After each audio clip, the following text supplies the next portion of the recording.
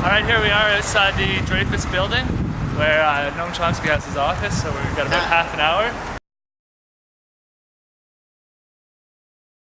Using the oil revenues for social programs and so on. The interaction with Cuba, which of course is hated here officially, and since it's officially hated, it's hated by the media and the intellectual classes.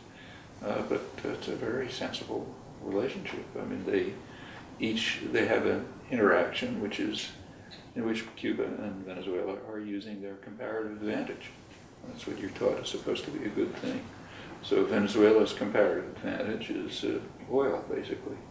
So it's providing cheap oil to Cuba and to other countries, including downtown Boston, for poor people. But so that's its comparative advantage. Cuba's comparative advantage is education and health, as incomparable health services for any third world country. In fact, probably better here.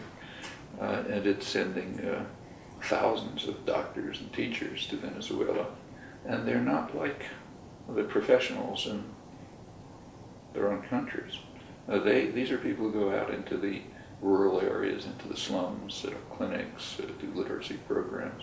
They're hated by the Venezuelan professionals because the Venezuelan doctors won't do that. They want to be in the city, it's pleasant and so on. They're not going to go out into the rural areas, but that has an effect. I've seen the same all over the world. When I was in South Africa a couple of years ago when a big contingent of Cuban doctors came. This is after apartheid. This is years after apartheid.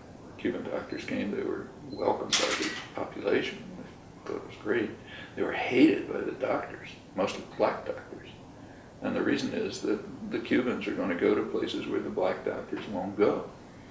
The black doctors are like other professionals. They want to live in nice places and so on. They don't want to live in some miserable village often way out in the countryside.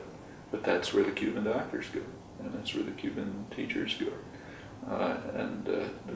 The scale is enormous. I mean, I don't know the figures now, but I happened to see figures about 20, 15 years ago, I guess, and at that time there were more Cuban doctors working in the third world than the rest of the world put together.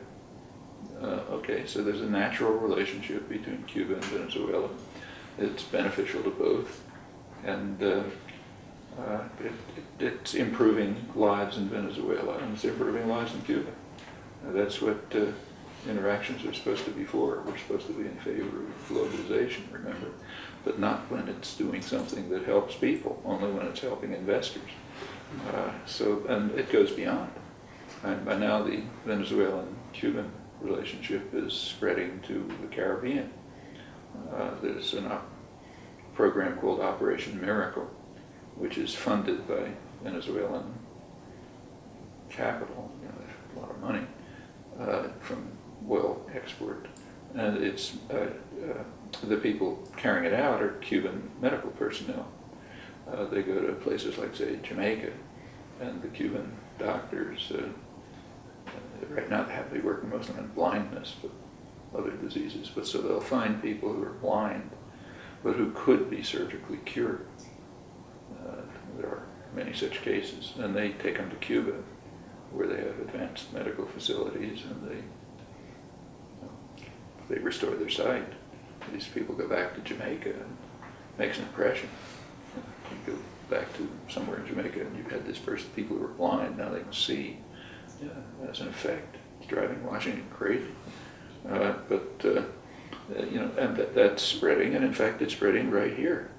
So, for example, a couple of weeks ago, or maybe months ago, a group of senators approached the 8 major oil companies and asked them if they could provide low-cost oil over the winter for people who simply can't pay their heating bills because of the way the price of oil has gone up.